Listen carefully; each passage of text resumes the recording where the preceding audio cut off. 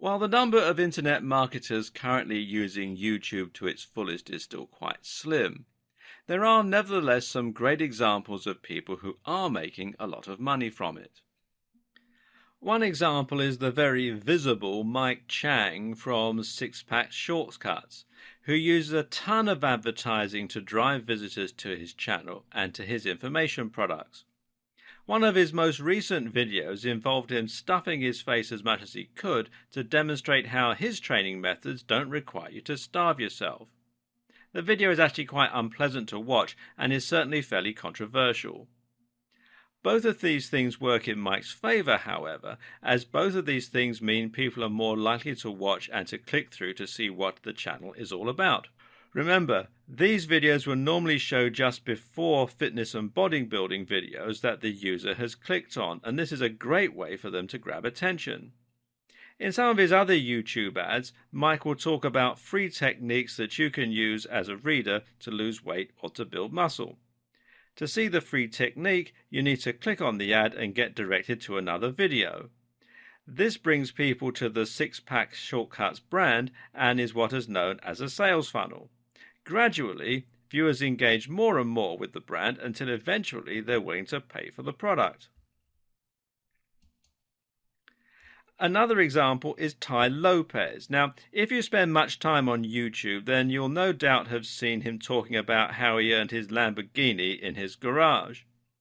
Once again, the video is fairly ostentatious and controversial, and some people will be put off by it. Either way, though, viewers end up watching, and this technique has allowed Tai to very quickly grow his channel to 406 or more thousand viewers. It's actually doubtful, though, whether that Lamborghini is even his.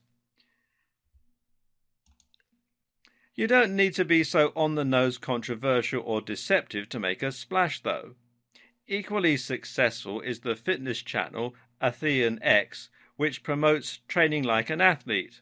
In the advertising campaign for this channel, owner Jeff Cavalier actually actively challenges the methods of advertisers like Mike Chang and positions himself as the more grounded and scientific alternative.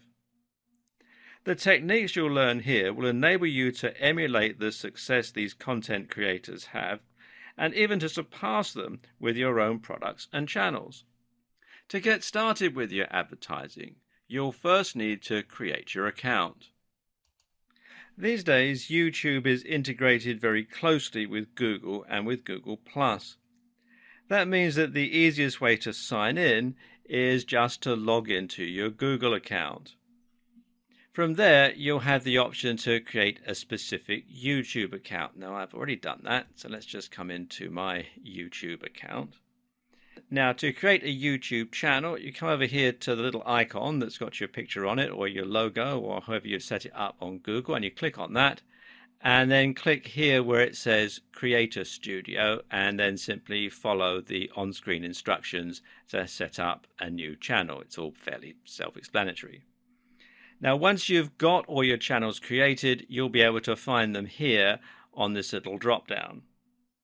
And at the same time, you'll be able to see your Google Plus accounts all listed underneath. So if you want to create a new channel for your Google Plus page, then you can do it by clicking on these. This means that if you have a business on Google Plus, you can easily create a channel for that business and have your accounts linked.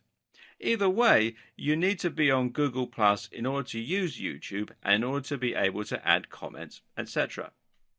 When you create your channel, you'll either use the name associated with your Google Plus account, or you'll create a new name that's relevant to your brand and that's easy for your visitors to find and to understand. You may choose to create multiple channels, one for your brand and one for yourself as a personal user. Alternatively, you might choose to create multiple channels for each of your products. For instance, you might want to create one channel for your brand and another for your app. For example, Microsoft has a Microsoft account as well as a Surface account and a Windows account, and so on. Take a look over the terms and conditions, and once you're happy with the name of your channel, then you can click Done to go ahead and publish the channel. And we'll continue this video in part 2.